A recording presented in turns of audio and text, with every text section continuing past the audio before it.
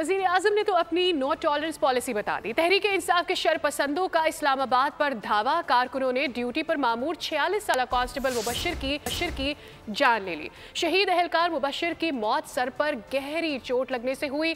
हकला interchange पर शरपसंदों ने हमला करके 70 के करीब एहलकारों को जख्मी कर दिया।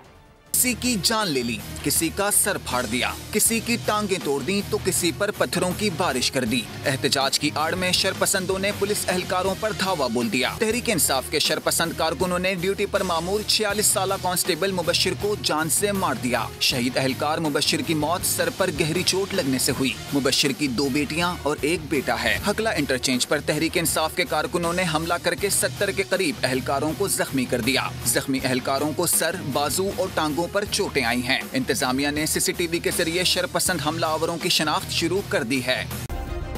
सब्सक्राइब करें और बेल दबाएं ताकि कोई खबर रह न जाए।